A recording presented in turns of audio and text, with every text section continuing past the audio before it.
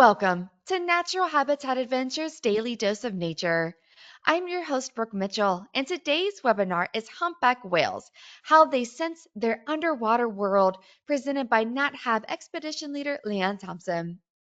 Thank you so much for being here today, Lianne. Over to you. Thanks, Brooke. And yeah, thanks everyone for joining today. I'm super excited about the topic. When I wanted to pick something, I just decided to pick something quite random. And I've spent the last few weeks just reading a whole lot of journal articles. And if you're curious about some of them, I have listed some of the titles in the slides that you'll see. So you can continue doing a deep dive more on whale senses. So yeah, we'll get going. Just a little bit about me. As Brooke said, I am an expedition leader for Natural Habitat Adventures. I currently live in beautiful BC, kind of interior BC. And for NatHab, I guide a variety of their trips, polar bears, northern lights. I just got back from finishing my northern light season. Belugas, I've done the Cotswolds, Canadian Rockies, Iceland, Greenland. And in some, but not all of those, we are seeing some whales, particularly in Iceland and Greenland. We will be seeing the humpback whales. So I've been around these whales quite a bit and really just enjoy learning more about them and even learning from local guides as they share their wealth of knowledge and reading journal articles and taking photos of them as well. I've tried to feature a bunch of my photos in here. I've got a few from one of the other guides as well, but they're such a fascinating species to take photos of. So easy and charismatic to do that. For our goals of today, we'll do a very brief overview of a humpback whale. I'm not going to dive into a whole lot of their, biology of many other aspects and reproduction and migration. I won't do a whole lot on it, but just kind of introducing some of these topics just so that it helps us understand why all these senses are important. So we'll do a quick overview of the humpback whale, then we'll go through their senses: touch, hearing, sight, taste. I've got hearing listed on there twice. Magnetic fields, and then of course add at the or end with the conservation implications for these guys. So we'll start with just what does a whale look like? And so we've got just kind of a little drawing here, but can give you guys kind of an idea of what our humpback whales look like. Even if you've been whale watching, oftentimes we're just seeing a very small portion of them because of course they are a marine mammal and living that aquatic life. But our humpback whales, they are a baleen whale. So they've got these ventral pleats and they will expand quite a bit so that they can engulf a whole lot of water into their mouth, and then they are filter feeding through the baleen plates that they've got as well. They do have really, really long pectoral fins. They can be up to a third of the length of their body. So very, very long pectoral fins. It's kind of one of the defining features for a humpback whale. We've got that tail fluke as well. You'll see a couple photos of that pop up in the presentation because it is a unique tail fluke to each individual humpback whale. So it's how we can help identify them. They're obviously very, very large whales, can be up to over 80,000 pounds. So really, really huge animal. And then these animals do participate in a very long migration. So many will argue that they are participating in the longest migration of any animal on Earth. They are moving typically between our tropical areas, which will be more used for their breeding grounds. And then depending on the whale, they may go south or north to the polar regions or south to Antarctica, and they go into these cold, cold polar waters, highly productive waters, and that will be mainly where they're going to do their feeding. Now, our humpback whales are not very fast swimmers, maybe 3 to 5 miles an hour, so not really quick. But if they're moving 24 hours a day, they are able to cover a reasonable amount of distance just kind of over a long period of time. So that's kind of how they're able to very efficiently move through the water, and that's an important key feature for them in their migration. And why do they migrate? Many people will argue that it is for food. So they're migrating into these cold polar waters, highly productive and lots of food availability. So they'll migrate there. And for example, in Antarctica, migrate down there in the Antarctica summers. They can capitalize on all that food. And then as ice forms, they don't want to hang around. So they might as well just travel up north and go into these warmer tropical waters. And the warmer waters are not going to be as biologically productive for these whales, so they do tend to be using them more as their breeding grounds. One of the other arguments for why our humpback whales are migrating is that when they calve, it's less of a temperature shock, so they need the warmer water to be easier on their calves and help conserve energy as well. And then lastly, one other theory is that they're moving to escape predation, largely by the killer whales, or orcas. But migration is going to be something we'll talk about throughout the presentation as well. And lastly, these guys, in terms of kind of a quick overview, is that they can be quite social. For those of you that have gone whale watching, it's entirely possible that you've seen a single whale by themselves, and this is very common. I've done this many times where we've just got one humpback whale that we're hanging out with.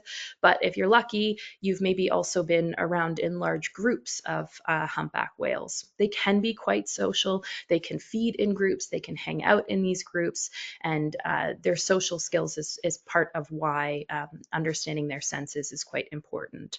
Of course, their vocalizations tie into their social skills as well, vocalizing, singing, and communicating with others close by, or even with groups and whales that are much farther apart. But now we have to dive into our whale senses. So the first sense that we'll talk about is touch. And for that, we talk about tubercles and vibrissae. I apologize if I'm going to be saying some of those things wrong, but if you look at this picture that I've got of the whale kind of jumping out, I've got these arrows pointed on these bumps that are on the top of the head. And so these bumps, they are essentially oversized hair follicles, and they'd be about the size of your fist.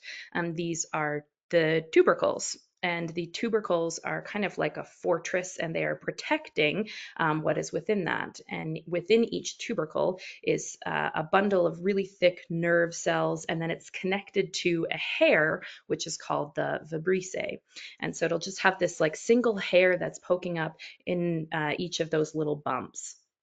And we only are seeing these tubercles in our humpback whales, and the purpose for them is debated. That is going to be a sentence you hear me say a lot in this sentence, or in this presentation, is this is debated, because for a lot of this we truly don't know the function. So we're going to have a whole lot of theories about why something might exist. But when we look at our humpback whales, the tubercles that they've got, it can range per individual. They've counted anywhere from about 30 tubercles up to 60 on an individual whale, but they do tend to be localized around their head and their jaw, and they are often forming these clusters of symmetrical rows. And so it helps kind of create this symmetry, and it allows them to sense the environment in kind of a more decisive way. So we've got these tubercles here, another slide that you can see on them. And one of the main hypotheses is that the hairs are being used to detect the prey that's around them. So if we've got this single hair coming up from a tubercle, as water movements happen as a result of, say, prey moving in front of them, that hair will move, and it sends an impulse and sends information to the whale's brain that it can compute as, hey, there's something that is in front of me. And then they would be able to detect that prey item. And so they're able to kind of perfect more of their hunting skills because of their ability to know what is in front of them. There's also suggestions from researchers that these hairs are actually capable of detecting low frequency sound. And when we get into the hearing component of this webinar, we will talk more about low frequency sounds, because that is the main form of which our humpback whales are communicating. We'll also later talk about the magnetic fields, and there are some researchers that believe that these hairs are actually helping to detect the electromagnetic fields. And yeah, so that's like another theory that could be here. There are some researchers that say that the hairs actually serve no purpose whatsoever, and that the hairs are just a leftover evolutionary trait that has not like come out of them yet. So we won't get into the evolution of our whales, but at one point the ancestor of a whale was on land, and they moved back into the water, and they've had to undergo all of these evolutionary changes in order to thrive in these marine environments. So some researchers say that, hey, these hairs are eventually going to wear out because they don't serve any purpose whatsoever. Others will suggest that they are picking up just on water movements that help with the whale kind of understanding their own body movements as they twist and flip and move in underwater kind of displays in terms of trying to hunt food. So it's really hard for us to know exactly the purpose of these tubercles and the vibrissae because they're really hard to study. It's difficult to obtain samples of the facial hair of humpback whales, so it's just something that we don't have a lot of knowledge on. But why? Oh, we can go into the skin sensitivity as well. So when we talk about touch, one of them can do with the tubercles and the vibrissae, but one is just to do with their skin sensitivity altogether. So skin is the largest organ, and this is true on human bodies as well, and it allows us to interpret and experience a whole bunch of stimuli, right? Temperature changes, we can feel pain, physical stimuli, chemical stimuli, a whole bunch of stuff that we can feel through our skin. And the same is said to be true about the humpback whales.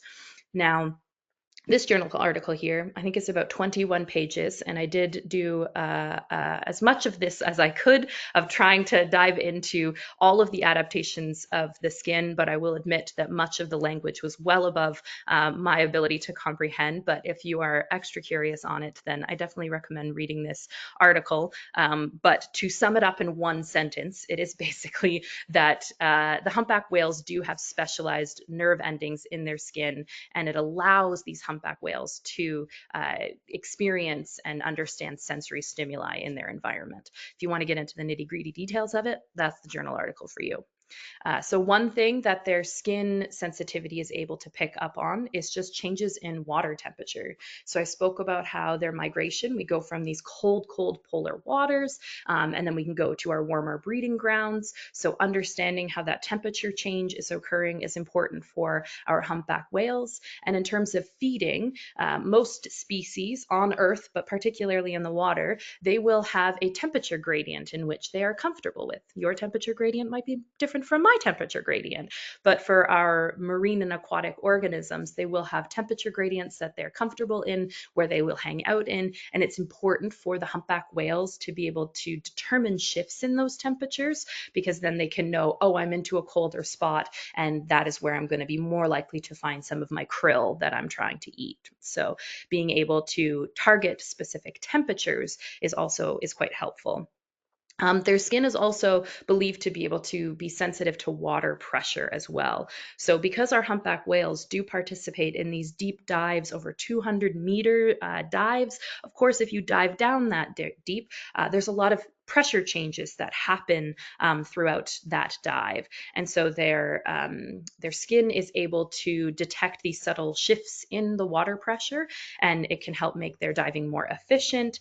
They can determine more of the optimal diving depths in terms of feeding, and locating kind of prey layers within our marine habitat. And it may also help with them adjusting their buoyancy and swimming efficiency. So helping with the conservation of energy, because of course, if you are just using up a ton of energy in order to hunt for your food, it's not going to be very beneficial.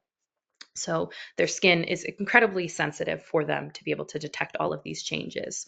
But why is that important? What behaviors are they participating in that might make that significant? For this, I want to show a video. And this is a video of a group of beluga whales, sorry, humpback whales up in Alaska that are bubble net feeding. And I'll just let you see the video.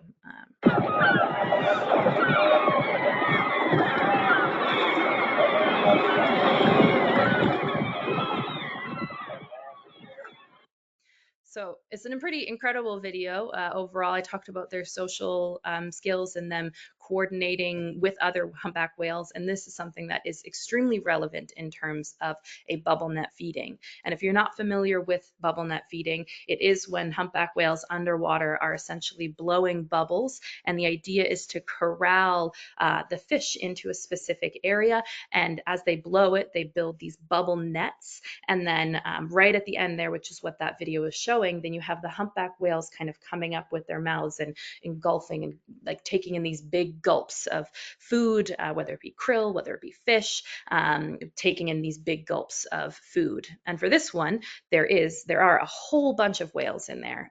We estimated that there was probably over 20 humpback whales in this coordinated display. So being able to have kind of a tactile stimulus of how close you are to the other whales that you're trying to kind of coordinate these movements with is important. And again, going down to understanding the correct depth for bubbles and adjusting their swimming angles and lunges to kind of capitalize on that prey movement. So being able to sense all of that through touch is something that's super important. But it isn't just group bubble net feeding that happens. We will also sometimes observe this solo bubble net feeding. These are not my pictures. This did come from a journal article, but it was looking at the use of their pectoral fins. So the sensory capabilities of the pectoral fins, of being able to use them to do these really slight and delicate maneuvers to help create that bubble and enable them to kind of move in this circular movement so that they can capitalize on the solo bubble net feeding. Pectoral herding in general is something that's also been used. So using their pectoral fins, they do use them, of course, for swimming, acceleration, maneuverability, all of those types of things. But it's been documented that they are using their pectoral fins to herd their prey. So in some ways, it might just be helping to create a physical barrier so that their prey isn't able to evade them. Obviously, of course, they can move their pectoral fins around and cause water motion to kind of guide prey in a specific way. But as was seen in the bubble net feeding one before as well, they can also use it to reposition themselves to kind of capitalize on that feeding. But all of that will have to do with how their skin and their sensory systems are picking up on things.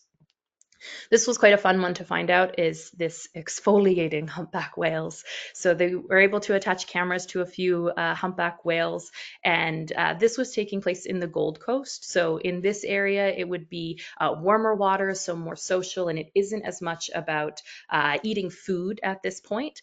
But it was quite fascinating for them to observe these humpback whales going down and actually rolling around, exfoliating themselves along the surface of the ocean, which is quite fascinating. And again, why is it that they're doing this? We're not really sure. All of the whales that were participating in this study that were utilized here, they were all participating in general in some sort of social activity, but each social activity was kind of different from one another. But it could be a social behavior. It could just be that it's fun. I think sometimes researchers don't always accept that as a reason why animals might do something. It's fun. We do things for fun, so why wouldn't other animals do that as well? But another theory is that they were utilizing this exfoliating thing to help with removal of parasites. So if they're getting, barnacles that are kind of accumulating on their bodies, that they maybe are able to exfoliate and kind of get some of that off of them. But either way, it's them sensing and touching and experiencing their environment. This was also a really fun one, was how our humpback whales interact with other things in their environment. So for here, we've got the first example was a humpback whale that was playing with a lion's mane jellyfish. And if you think about a humongous humpback whale, and then think about how they could be playing with a relatively small object. We also have the seaweed as an example too, but their ability to tactfully like maneuver around these small objects is something that's quite cool. But the theories as to why, again, we can always include the it's for fun theory. But with this humpback whale playing with the jellyfish in particular, the humpback whale was placing the jellyfish in specific spots so that, yes, its stinging tentacles were aligned in certain areas. And so they were putting them often along their pectoral fins, as well as areas of their lower jaw. And this is areas that are often really densely populated with things like parasites. So are they using the jellyfish and the stinging to help get rid of parasites? They found that this particular humpback whale also had a large wound on them, and the whale specifically put the jellyfish on the wound, and again wondering if it was to help removal of parasites and perhaps assist in the wound healing. They don't really know exactly, but it was one of the kind of proposed theories. In terms of seaweed, maybe you've seen this when you've been out whale watching. Sometimes we'll see these kelp bits, these seaweed bits that are hanging off of our humpback whales, and sometimes they are really engaging in this. And there is a word for it. They've called it kelping, which is just a behavior that humpback whales are participating in for fun, where they're playing with this kelp. But seaweed does also have antimicrobial properties. And so, again, the theory that perhaps they would be using those antimicrobial properties to help rid themselves of parasites, help prevent them from getting overgrown of things like skin, sea lice, and preventing things like skin infections from happening. So, again, a very tactile, sensitive way in which they can be interacting with their environment. For this one, I have another video as well, so I'll be quiet through this one because one of the components of this, the idea is communication.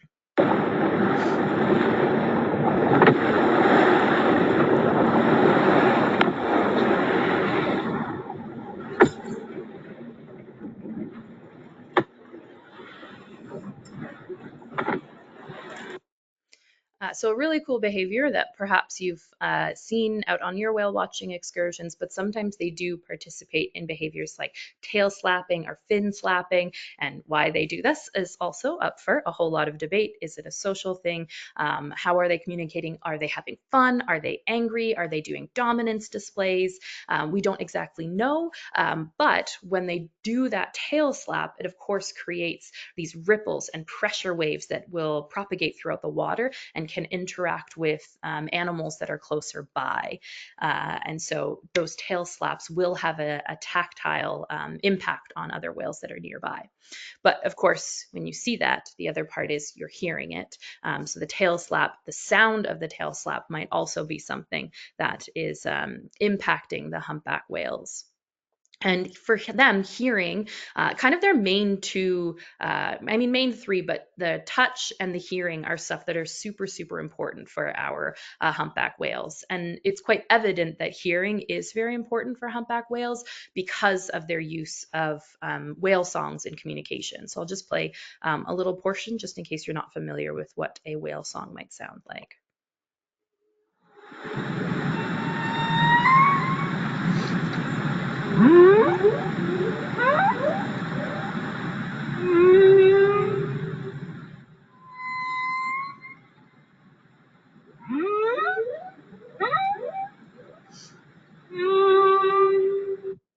We'll try and stop it there. It is like a 3-minute long audio clip, but it's quite cool. They've got all of these really interesting frequencies and sounds. This webinar is not a one on whale songs. I'm sure you could do an entire webinar based on that. But when we think about comparing our hearing to that of whales, we've got good hearing, obviously, on land. But if you've been underwater and tried to interpret sounds from underwater, it's quite muffled. And that's just based on how our ears are working. So, sound goes in, we've got this airfield chamber, and then sound will hit our eardrum, it vibrates and goes in through the process of impacting our middle ear, bones vibrating up to our inner ear, and then impulses being sent into our brain. But when it's underwater, because of the way that sound moves underwater, our entire skull essentially ends up vibrating, which is why it becomes this muffled sound instead of this very distinct sound that we can hear. That whole skull vibration just impacts on our brain's ability to interpret the sounds. And of course, the whale hearing is going to have to be adapted because their hearing is primarily going to be underwater. So they don't have the external ears that we do. Our external ears, animals that have these, it is basically something that helps to funnel sound in, but these guys do not have the use of that. They don't have these external ears, and instead they actually have fat pads that are kind of on their mandible, on their jaws.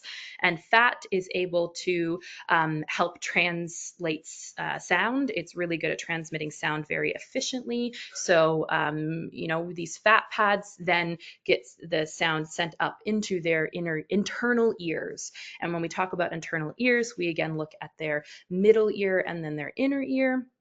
So we look at the middle ear, which is ossicles, which is just these bones. The bones of the middle ear for humpback whales are extremely dense. They're also obviously very large. We've got this huge animal, but these large, very dense bones actually help with the transmission of low frequency sounds. And I spoke about how they're like our bones being attached and how our entire skull will vibrate underwater. Their ones are partially attached or disattached. So then when their entire skull vibrates, it's separate from their inner ear or their middle ear, sorry, bones vibrating. But the bones themselves, the middle ear bones, of which there are a few, those ones are actually more fused to help kind of central and locate these sounds and make it easier for them to hear. So we do see adaptations of the ossicles, which is the middle ear bones, and then we also see adaptations in their inner ear. And their inner ear is the cochlea and the basilar membrane. I might be saying those things wrong, but we have these as well, the cochlea and the basilar membrane. But the cochlea of the humpback whale is very long and elongated. It's not as tightly coiled, and this allows to accumulate kind of more sound, and therefore it helps them become more sensitive. And it also creates more area for the basilar membrane, and with that, their basilar membrane is very wide and very flexible. Again, much larger than ours would be. And having these very large, wide basilar membranes is something that's quite characteristic of an animal that is adapted to hearing low frequency sounds. If we were to look at a basilar membrane, it'll have kind of a thinner section and a thicker section. And in these areas, they're better at detecting certain frequencies. So our thinner section is better for high frequency sounds versus for our humpback whales having this very large piece of like a thicker section is going to be detecting those low frequency sounds. So their basilar membrane is also optimized for amplifying the frequency of these low frequency sounds. So a whole lot of difference in their structures as well, so that they can help kind of capitalize on those low frequency sounds. And this is, again, we can go back to our idea of the group bubble net feeding for these things. I was on the boat and they have a hydrophone in the water, and hearing is super important when they're doing their group bubble net feeding because they're actually singing songs underwater and they are communicating with each other. And you'll kind of hear it in this. Here we've also got obviously the boat noises, the bird noises, and I think there might be a radio that comes in here too. But as they're doing their songs, they kind of end up coming up and reaching this pinnacle of sound right before they're coming up. So we can actually hear this through a hydrophone that's been placed in the water, and you can hear the coordinated events of the bubble net feeding.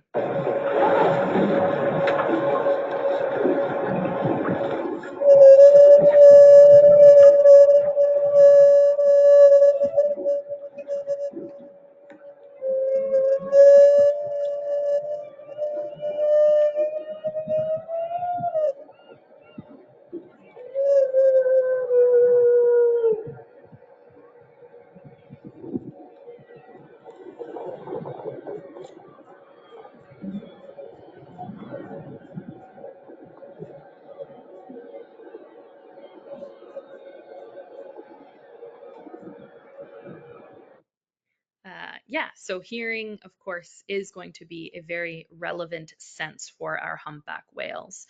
And I already said this is not a webinar on whale songs, so I'm not even really going to touch it. But of course, we do know that the humpback whales are singing songs. They've got unique songs in different groups in different regions, and how they're communicating and using these for breeding purposes and all that kind of stuff. But the idea of the songs being something that is so important for their social structures, again, plays into why their hearing has adapted so much and is something that is so prominent within our humpback whales. But that's it. We're not going to cover whale songs anymore. We will go into the next sense, and that is, of course, sight. So here I've got the picture. It's, our whale kind of reaching out, and I've got a circle around their eye. So they do have a lot of adaptations to light. They are living in the aquatic environment, and you're probably already aware that aquatic environment is going to be quite dark. The further down you go, the darker it gets. And so how are you going to have adaptations to your eye to increase the amount of light that you're able to see?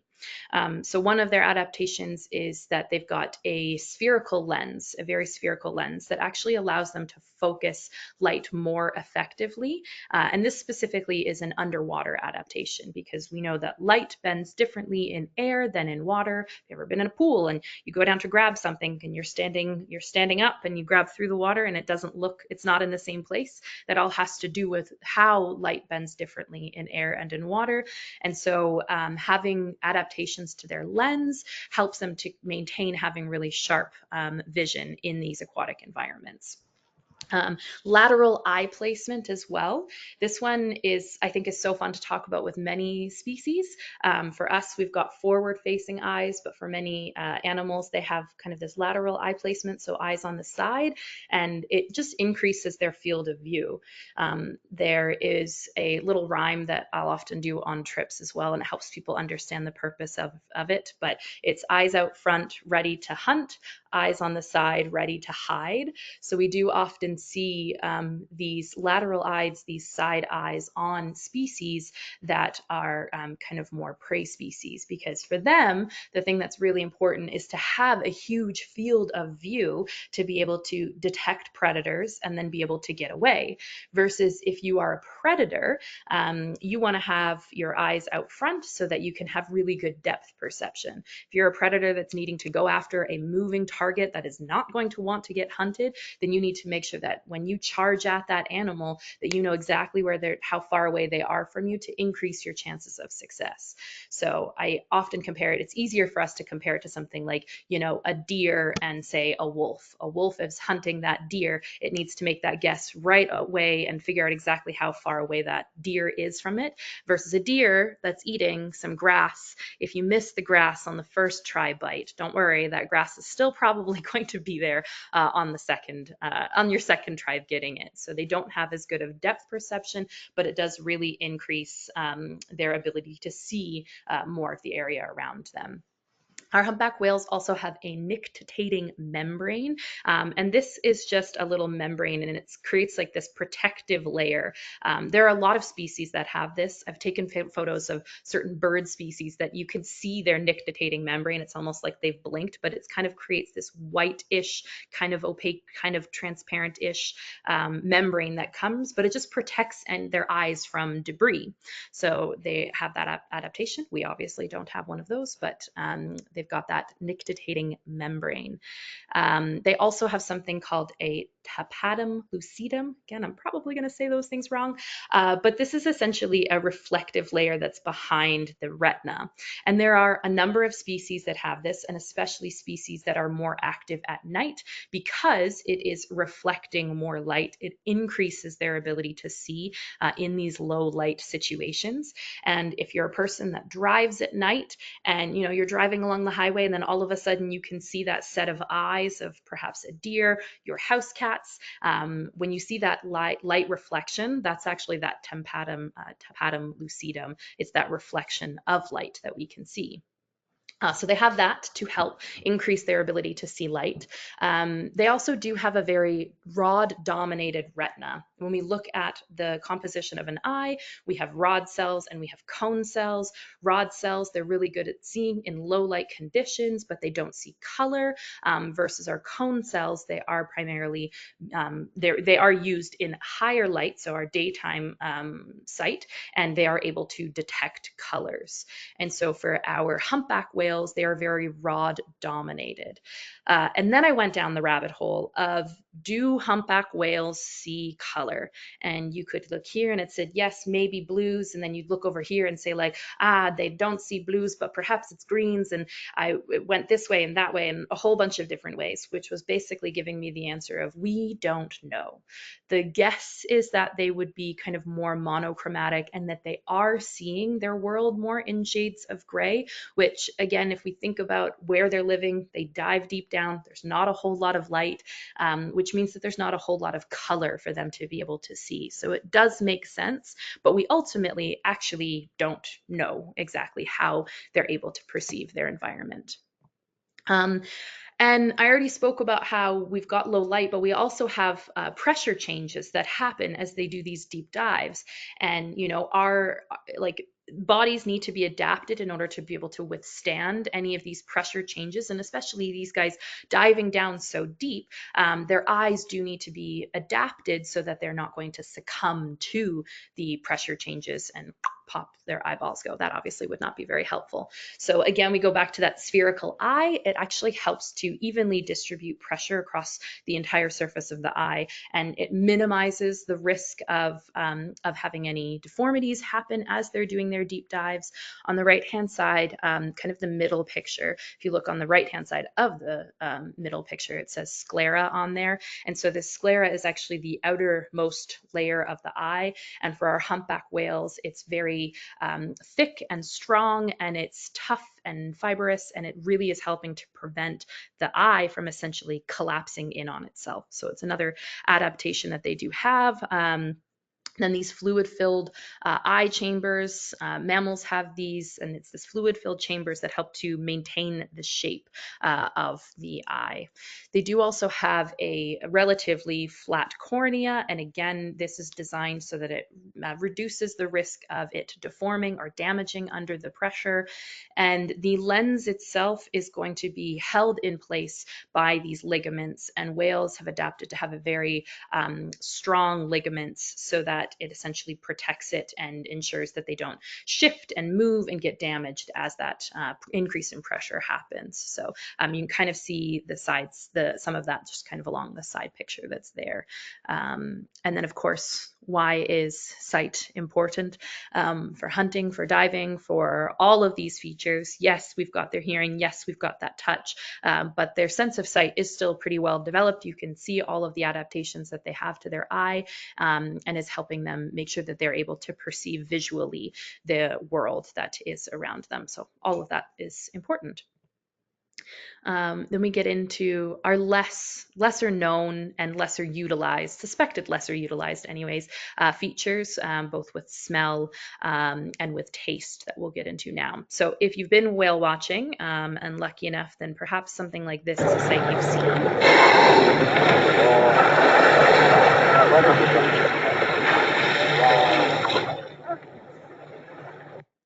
So they come up and they have that big breath out the blowholes that they have there. And the blowholes is also essentially where their nose will also be.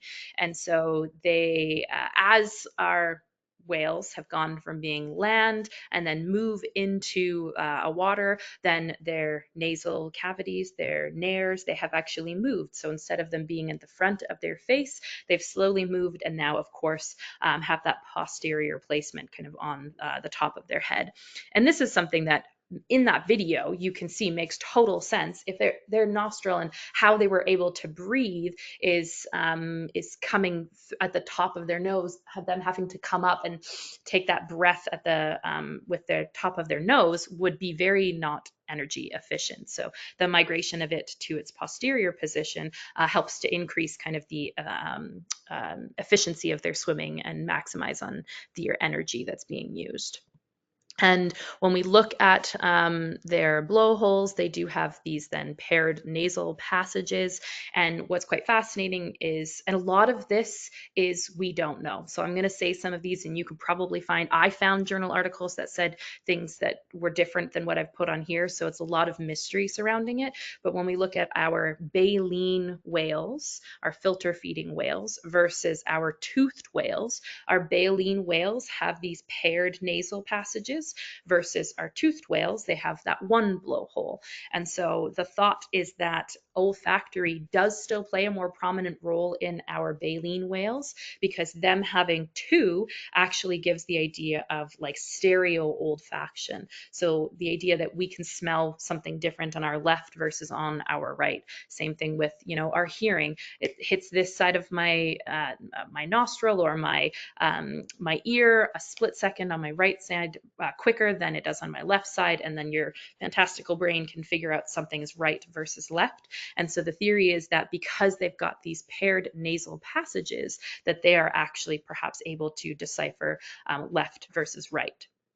Our humpback whales also do have, they've retained an olfactory bulb, which is a part of the brain that is responsible for interpreting the sense of smells. Our toothed whales, from what I could understand, they do not retain their olfactory bulb. And so it says that perhaps that they do lack the ability to smell, but even what they're able to smell, we're not really sure. So some researchers have looked at doing genetic studies and isolating these olfactory receptors, and found that they do still have, our baleen whales do still have a proportion of functioning genes that are coding for these olfactory receptors. So because their bodies are still putting information into it, then perhaps it means that yes, they are able to smell. And so some people thought, hey, let's see if we can determine this. Let's look and see if we can use chemical stimuli and figure out if they can smell.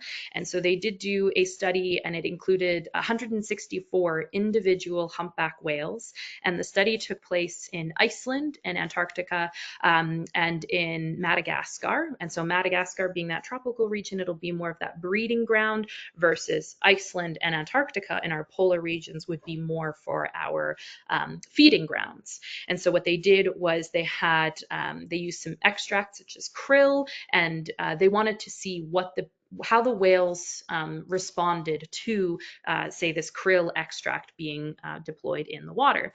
And they did notice that there was a behavioral response to the humpback whales in some of the locations, meaning that in certain spots, the humpback whales were actually choosing to spend more time. They would slow down and spend more time and kind of investigate an area that had the chemical stimuli, which does indicate that they were able to perceive it, smell it perhaps, and it tells them that there is something nearby, there's food item nearby, and then they would explore and try and find the item for it, find the item that they're looking for, find that prey item. So they didn't fully understand it, and there was a lot of like, this could have impacted it, this could have impacted it, that came along with it. So it was kind of this cautious journal article, but they do believe that the humpback whales were able to smell. They also, based on their behavior responses just in their locomotion, but also based on a change in acoustics. So this one would have been more for Madagascar, in their breeding grounds. That's where they're well known for singing and talking a lot more than, say, in their polar feeding regions. And there was just an increase in the vocalizations in the area. So again, the presence of the chemical stimuli increasing I have my cat joining now on the webinar, but increasing the vocalizations in the as a result of the introduction of the chemical stimuli. Again, kind of indicates that they are perhaps able to smell. But they did admit that in the study that it would be hard for them to isolate smell versus taste as well. So when we talk about taste, this one's a cool shot, both the last shot and this shot. These photos are from Sabina, who's another expedition leader for NatHab, and just has these really incredible shots. So I wanted to include them, but thanks, Sabina, for letting me have them. And so in this photo, you can actually see that pink tongue, and the tongue itself does actually have, there are taste receptors that are there, so we can talk about taste buds. And the behavior studies, again, being difficult to isolate taste versus smell, but behavior studies perhaps do indicate that they do retain the ability to taste. I've also heard and struggled to find proof of this, but like journal proof of this, that they are able to taste salinity, which would be something that could be important given that they live in this marine environment. But again, they did do some genetic studies and kind of looked at taste gene receptors. And so you're probably familiar that we've got our gene receptors, and we can taste sweet versus umami versus bitter versus sour versus salty. And so what they found is that the humpback whales have actually lost their ability to taste sweet, umami, bitter, and sour. However, sour I did find controversial things of maybe they can taste sour, but more overwhelmingly, what I found was that they do still have the gene receptor that is present in terms of tasting for salt.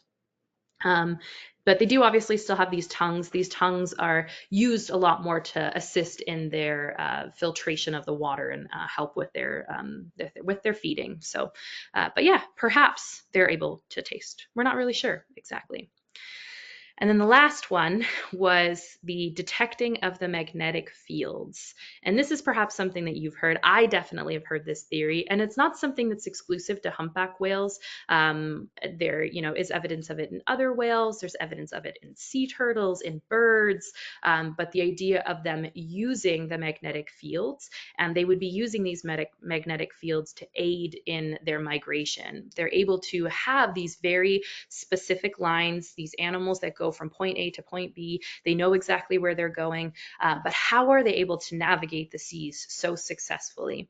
And something called magnetite has been found in the anterior dura mater of our humpback whales. And if you're not familiar with what anterior dura mater is, it is essentially a protective thing around the brain and your spinal cord.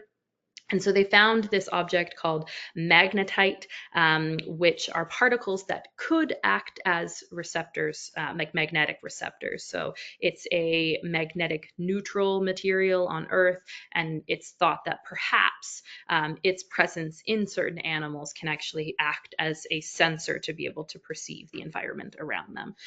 Of course, on the bottom left-hand corner, I've kind of got our Earth and the idea of our magnetic fields. We're essentially like a big magnet, right? We've got our North Pole and our South Pole, and our magnetic fields kind of moving outwards from that. But the idea that some animals are capable of using the magnetic fields to help with their migration. Now, I've seen it both listed as magnetite being a product that's been used by several animals, but there's another theory, not for humpback whales, but I've seen it listed in birds, but it is a protein called cryptochrome, I believe is what it is. And either way, both of these subjects or both of these things are supposed to be able to help them sense the magnetic field. However, neither of them have been proven. They've never been shown to show that they are providing that very specific proof that this is something that is happening. They have looked at this. They've tried to test it with whales. We've got our tagged and our tracked whales so we can understand their migratory paths, but it doesn't help us understand how magnetic fields might impact on this. Lab tests are really difficult to do this because we don't have control.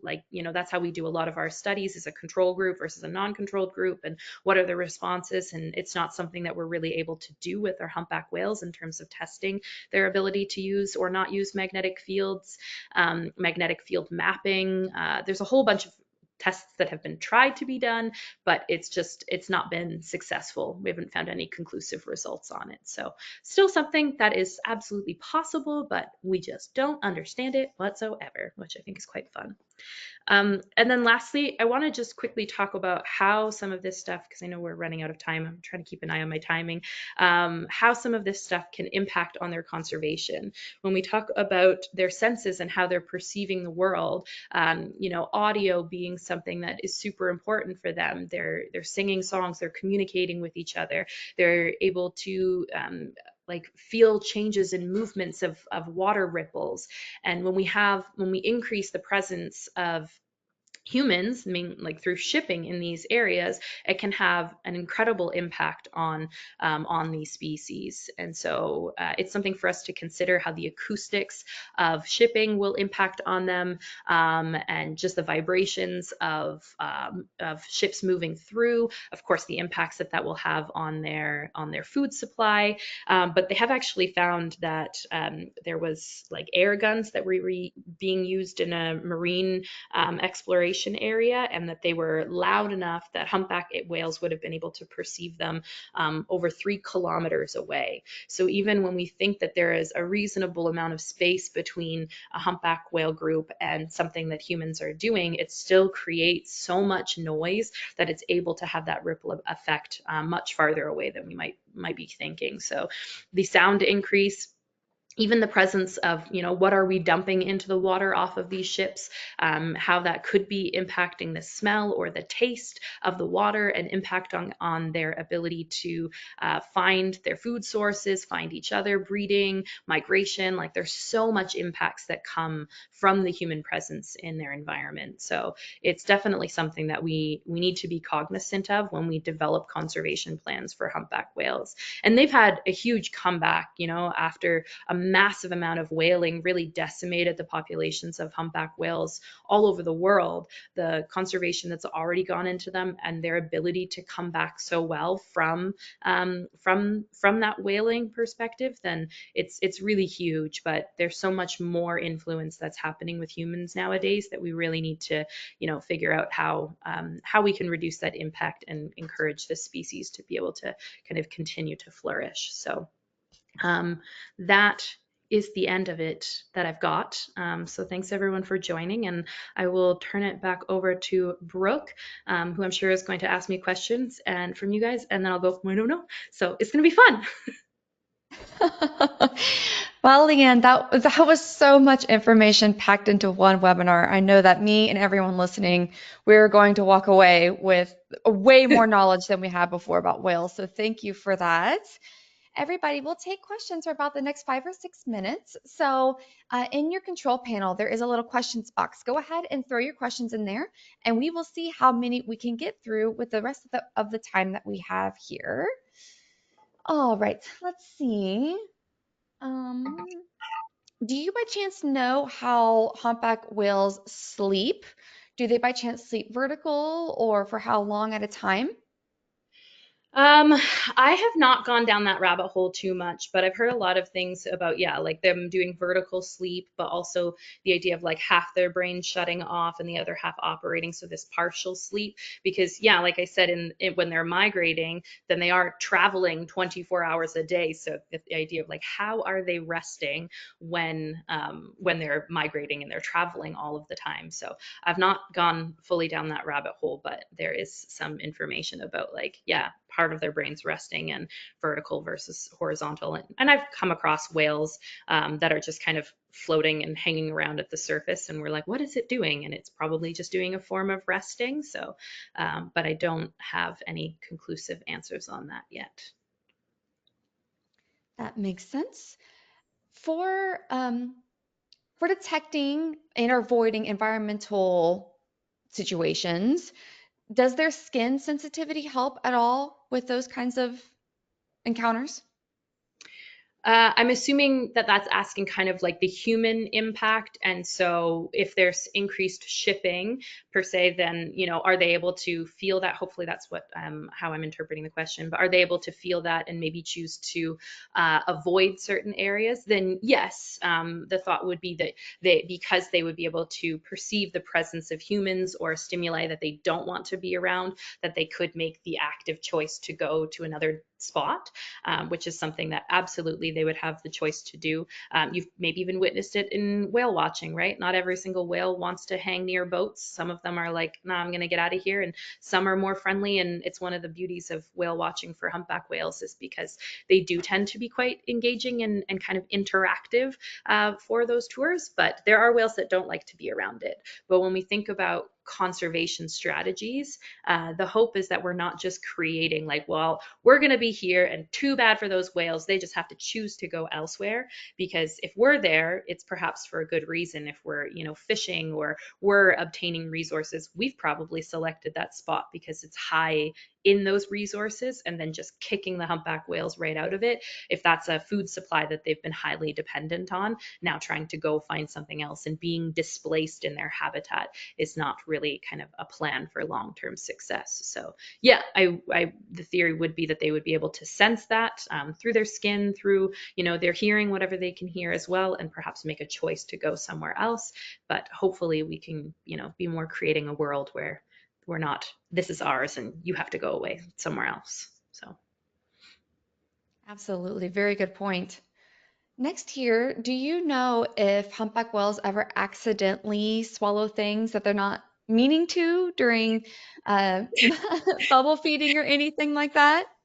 I mean, they certainly could get stuff in their mouth, but like their throat is actually quite narrow. So, in searching for some of these pictures that I found, like the diagrams and stuff, there was one that was literally like a humpback whale cannot accidentally swallow a human, and it had like a human sitting next to this diagram of a humpback whale and like how narrow their throat is. So it's just not very wide. So despite the massive size of these humpback whales, they are eating really small food. So they take a big gulp of water and they've got fish or krill. Then they use their tongue partly to help push the water out. And then what remains in their mouth is these relatively small food items. And then they'll swallow that. So they are going to be constricted in their throat as to like, oh, if I accidentally get a bird in there, I'm guessing that that's probably one of the thoughts. You've got all these gulls. They're not really going to be able to very easily swallow that because their food item is more small, and then that's what their throat is designed for. But yeah, look it up. Humans can't be swallowed by humpback whales. It was a very funny diagram. I should have included it. Yeah. Yeah, that is hilarious. I'm sure you came across some interesting stuff in your research there. We do Yeah. have a couple questions asking further about these hairs that you were mentioning. Could you Mhm. maybe describe a little further how many they might have, like per tubercle? Oh my gosh, I cannot say that out loud. And how big they might be.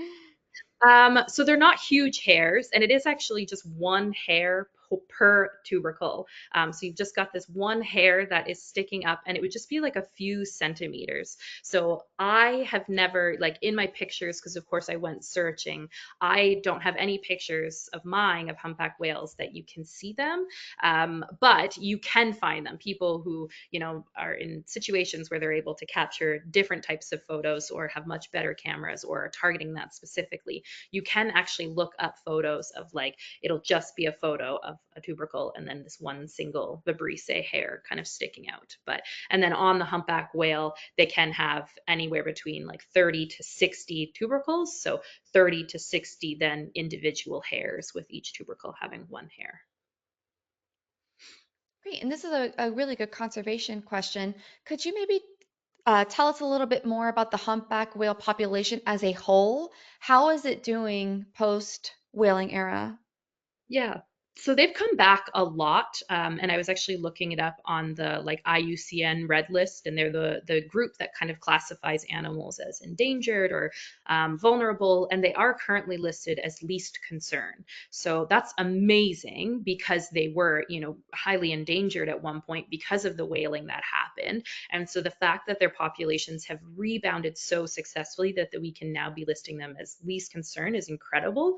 However, there are still going to be, areas or certain populations where those populations could still be listed as being endangered. So just because we're kind of like out of the woods in terms of conservation as a whole, it doesn't mean that it's not important for us to look at some of the individual populations and be ensuring that, going forward, we're still making choices that are conservation focused. But yeah, it's amazing that what they've been able to come, like their comeback it's been largely celebrated as a huge conservation success story. So Could not agree more.